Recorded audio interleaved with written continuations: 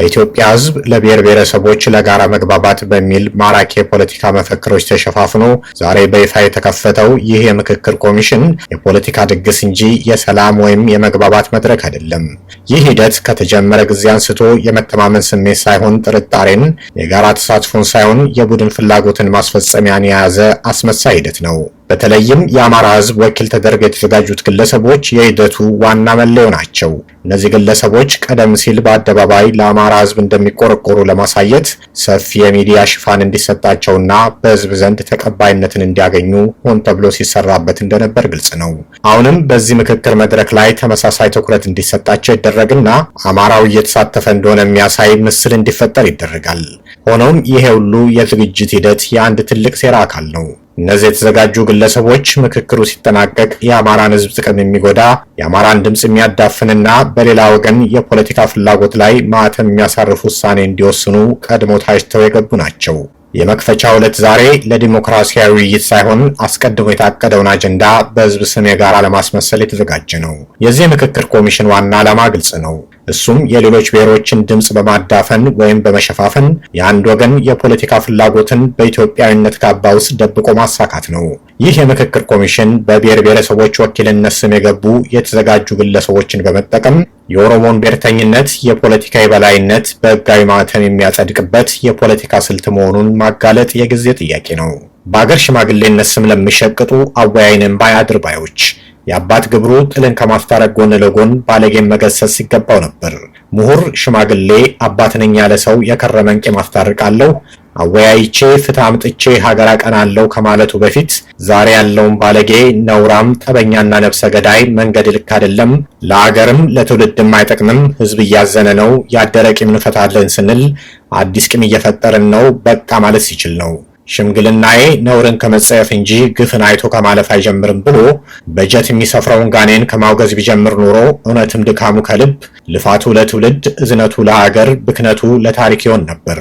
የኛው ግን እንደዛ አይደለም። በስም በሽበትና በሙያ የተደበቀ አድርባይነትም እንዳለ ብዙ አንቱ ያልናቸውን ሰዎች አይተናል። አብይ አህመድን የኢትዮጵያ የተስፋ መንገድ ጠራጊ አድርጎ የሚቆጥር ግለሰብ ሙያው፣ ዕውቀቱ፣ እድሜው ምንም ይሁን ምን ሞራሉን የተነጠቀ ማሰቢያው ያረጠ ስብዕናው የወረጠ ጥቅም አልቦ ባልቴት ነው። አብይ በሚመራት በረከሰችው ኢትዮጵያ ውስጥ የታሪክ ድርሻ ከሚኖር ስምም ግብርም መታወሻ ሳይኖር ተረስቶ መታለፍ ክብር ባይሰጥም እንኳን በውርደት ከመታወስ ያድነናል። ብቻ ለኔ ዕለት በዕለት መከራ እንደ በረከት በሚዘንብባት ሀገር ከዳር እስከ ዳር ጦር በሚያምሳት ምድር እርባና ቢስ እንቶ ፈንቶ የሆነ የምክክር ኮሚሽን ተብሎ ለ5 ዓመት ከመማሰን ህዝብ አትግደል ብሎ በ5 ቃል መገሰጽና ማውገዝ ቢቻል ኖሮ ዋጋው በታሪክ ፊት ገዝፎ ይገኝ ነበር። እውነቱ ተሸፋፍኖ ካድሬ የሚመክርባት ሀገር ለስንጥቃት እንጂ ለጥገና አትሆንም። ፖለቲካ ሰዎች ተንኮል ነው፣ ሌላ ምንም ነገር የለውም። ሀገር ተንኮል ይደንደሰ ምን ያህል ተንኮል ትችላለህ ነው። ሀገር ምን ያህል ኢንትሪግዳን ተበቹ ደንደሰ ኢንትሪግ አድርገህ መጫወት ትችላለህ። እንዴት ምን ያህል ፕሮፐርሊ ካልኩሌት ቦቴ ስልጣንን እንዴት አድርገህ መጫወት ትችላለህ። ያለበ 100 ዲርስ ብዙ ዓመትማ ተሞክሯል። ብዙ ምንም አሸናፊነት የሌለው ትግል ተደርጓል። አሸናፊነት ያለው ትግልን ያመጣ ነው ካልኩሌት አድርገን ነው። የምንችለውን አሳምነን ያልቻልነውን ደግሞ ኮንፊውዝ አድርገን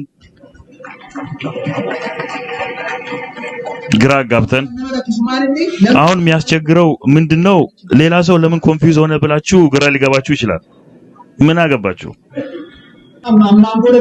ብልጽግና ካሁን በኋላ የሚያካሂድ ሰው ኦሮሞ መሆን አለበት። ኦሮሞ እንኳን ባይሆን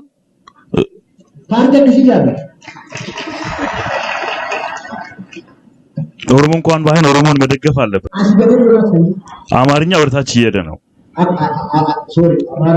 ይቅርታ፣ አማርኛ ብሔሩን አይደለም ዶክተር፣ አመሰግናለሁ። አማርኛ ቋንቋውን ነው። 5 ቋንቋ ብሔራዊ ቋንቋ ይሁን ስንል ለሌላ ቋንቋ ተጨንቀን አይደለም። አማርኛና ትግርኛ ፌደራል ውስጥ አሉ። 3 አምጥተን ወደታች ለማውረድ ነው። ገባችሁ? ስለዚህ አገር ግንባታ ላይ እድል አለ። እኛን የሚመስል አገር መፍጠር እንችላለን ነው አንደኛው። ለዚህ ነው ብልጽግናን እየገነባን ያለ ነው። ሁለተኛ ብልጽግናን እየገነባን ያለ ነው አገሪቷን ለመገንባት ነው። ኔሽን ቢልዲንግ ከ100 ዓመት በፊት የነበረው ፌል አድርጓል፣ ወድቋል። አንድ ቋንቋ፣ አንድ ባህል፣ አንድ እምነት የሚለው ወድቋል። አሁን እኛ እንደ ኦሮሞ ኢትዮጵያ ንፈካት እኛ የምትመስል ኢትዮጵያ መልሰን ለመገንባት ኦሮሞማንም ለመገንባት አቅም አለን። እዛ ላይ መስራት አለብን። እንደምታውቁት ድንበሮች አልቀዋል፣ አዋጆች አልቀዋል።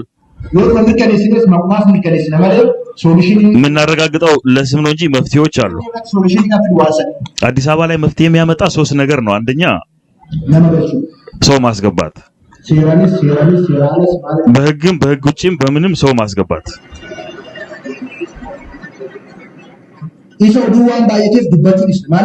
እኛ ብዙ ወሬ ስለበዛ ተውን። የኛ ህዝብ ከመስራት ይልቅ ማውራት ስለሚወድ እኛ አፋችን ይዘን የሰራነው ምንችለውን ሁሉ አድርገናል። አንድ ዲሞግራፊው መቀየር አለብን።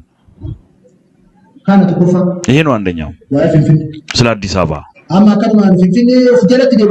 ዝም ብለን አዲስ አበባን እንመልሳለን ብሎ መፎከር አይቻልም። እንዴት አድርገን ፈንጂው እንዴት ታፈነደዋለህ? አሁን ኦሮሚያ እየበለጸገች ነው። የፌደራል መንግስት ኦሮሚያን በግሉ ስላለው ለሌላ ብሔር በጣም እየተጨነቅን ስለሆነ